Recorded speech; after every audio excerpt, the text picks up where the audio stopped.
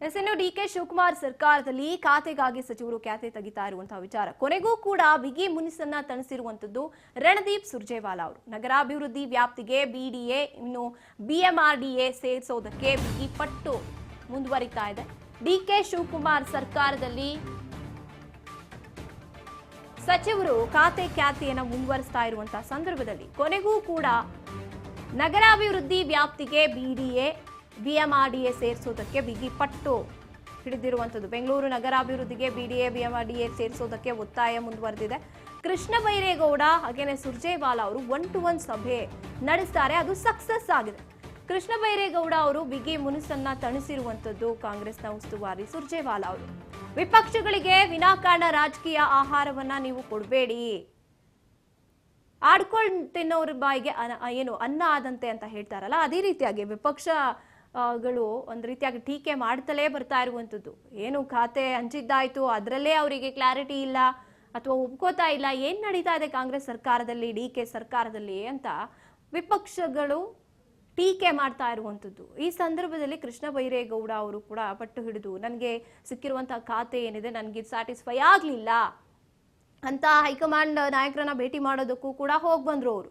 ಆದ್ರೆ ಈಗ ಕಾಂಗ್ರೆಸ್ ಉಸ್ತುವಾರಿ ಸುರ್ಜೇವಾಲಾ ಅವರು 1-to-1 ಮಾತುಕತೆ ಆಗುತ್ತೆ ಇಬ್ರು ಮಧ್ಯೆ. ಕೃಷ್ಣ ಬೈರೇಗೌಡ ಅವ್ರ ಜೊತೆ ಅವ್ರು ಮಾತನಾಡ್ತಾರೆ, ಅವರ ಅಸಮಾಧಾನವನ್ನ ಸರಿಪಡಿಸ್ತಾರೆ, ಸಂಧಾನ ಸೂತ್ರವನ್ನ ಅಳವಡಿಸ್ತಾರೆ. ಆದ್ರೆ ಈಗ ಅದು ಸಕ್ಸಸ್ ಆಗಿದೆ.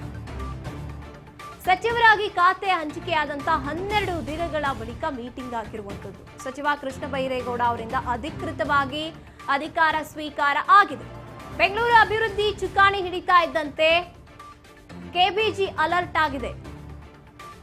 ಮೊದಲ ದಿನವೇ ಅಧಿಕಾರಿಗಳು ಆಯುಕ್ತರ ಜೊತೆ ಮೀಟಿಂಗ್ ಮಾಡ್ತಾರೆ. ಕೃಷ್ಣ ಬೈರೇಗೌಡ ಅವರು ಖಾತೆ ಬೇಸರ ಹಿನ್ನೆಲೆಯಲ್ಲಿ ಕಳೆದ ವಾರ ಡೆಲ್ಲಿಯಲ್ಲೇ ವಾಸ್ತವ್ಯ ಹೂಡಿದ್ರು.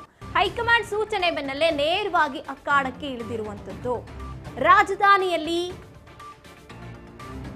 ಮಳೆರಾಯನ ಆರ್ಭಟ ಅವಾಂತರ ಮುಂದುವರೆದಿದೆ. ಇದಕ್ಕೆಲ್ಲ ಏನೇನು ವ್ಯವಸ್ಥೆಗಳನ್ನ ಮಾಡ್ಕೋಬೇಕಾಗುತ್ತೆ, ಬೆಂಗಳೂರಿನ ರಕ್ಷಣೆ ಅಗತ್ಯ ಆಗಿರುವಂತಹ ಕಾರಣಕ್ಕೆ ಸಚಿವರಾಗಿ ಖಾತೆ ಹಂಚಿಕೆ ಆದ 12ನೇ ದಿನಕ್ಕೆ ಈಗ ಮೀಟಿಂಗ್ಗೆ ಒಪ್ಕೊಂಡು ನನಗೆ ಸಿಕ್ಕಿರುವಂತಹ ಖಾತೆಯಲ್ಲೇ ನಾನು ಮುಂದುವರಿತೀನಿ ಅಂತ ಒಪ್ಕೊಂಡು ಇವತ್ತು ಮೀಟಿಂಗ್ ಮಾಡಿರುವಂಥದ್ದು ಕೃಷ್ಣ ಬೈರೇಗೌಡ ಅವರು. ಅಧಿಕೃತವಾಗಿ ಇವತ್ತು ಅಧಿಕಾರ ಸ್ವೀಕಾರ ಮಾಡಿರುವಂಥದ್ದು. ಇನ್ನು ಬೆಂಗಳೂರಿನಲ್ಲಿ ಆಗ್ತಾ ಇರುವಂತಹ ಮಳೆಯಿಂದ ಏನೇನೆಲ್ಲ ಅವಾಂತರಗಳಾಗ್ತಾ ಇದೆ, ಅವರಿಗೆ ಸಿಕ್ಕಿರುವಂತಹ ಖಾತೆಯಲ್ಲಿ ಅಥವಾ ಅವರ ಅಧಿಕಾರದಲ್ಲಿ ಅವ್ರು ಏನೇನೆಲ್ಲ ಮಾಡಬಹುದು ಬದಲಾವಣೆಗಳನ್ನ, ಆ ಕುರಿತಾಗಿ ಸಭೆಯನ್ನ ನಡೆಸಿರುವಂಥದ್ದು.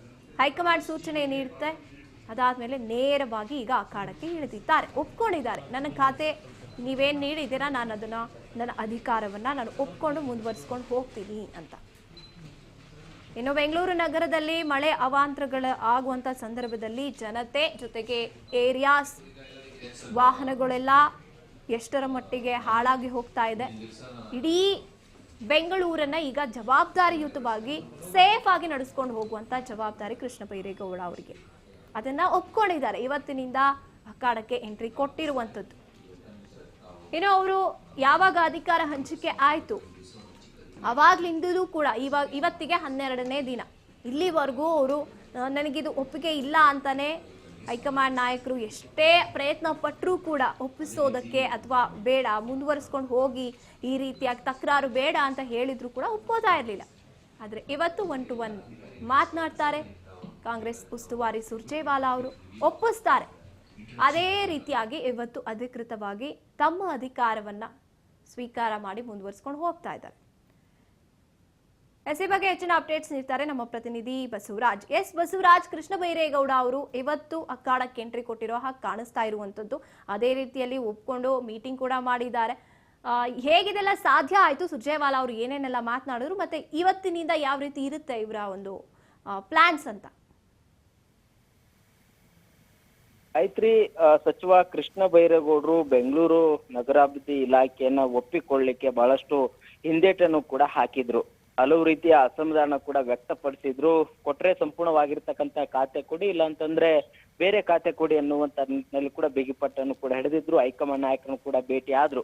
ಆದ್ರೆ ಅಂತಿಮವಾಗಿ ಈಗ ಆ ಒಂದು ಖಾತೆಯನ್ನು ಕೂಡ ತೆಗೆದುಕೊಂಡಿದ್ದಾರೆ. ಒಂದಿಷ್ಟು ಅಸಮಾಧಾನ ಕೂಡ ಶಮನ ಆಗಿದೆ ಅನ್ನುವಂಥದ್ದು ಕೂಡ. ನಿನ್ನೆ ರಾಜ್ಯ ಕಾಂಗ್ರೆಸ್ ಉಸ್ತುವಾರಿಯಾಗಿರ್ತಕ್ಕಂಥ ಸುರ್ಜೇವಾಲಾ ಅವ್ರ ಜೊತೆ ಕೂಡ ಚರ್ಚೆ ನಡೆಸಿದ್ದಾರೆ.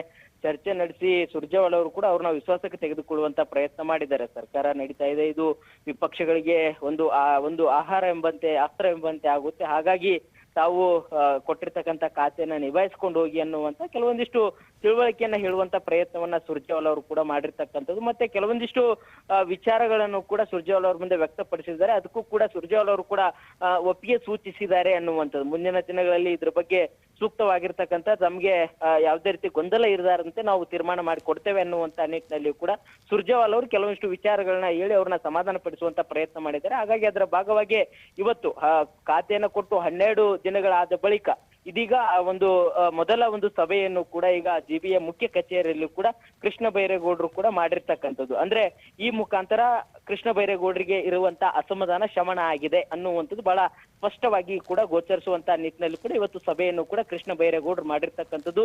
ಜಿಬಿಯ ವ್ಯಾಪ್ತಿಯಲ್ಲಿ ಬರ್ತಕ್ಕಂಥ ಆಯುಕ್ತರ ಜೊತೆ ಕೂಡ ಸಭೆ ನಡೆಸಿದ್ದಾರೆ.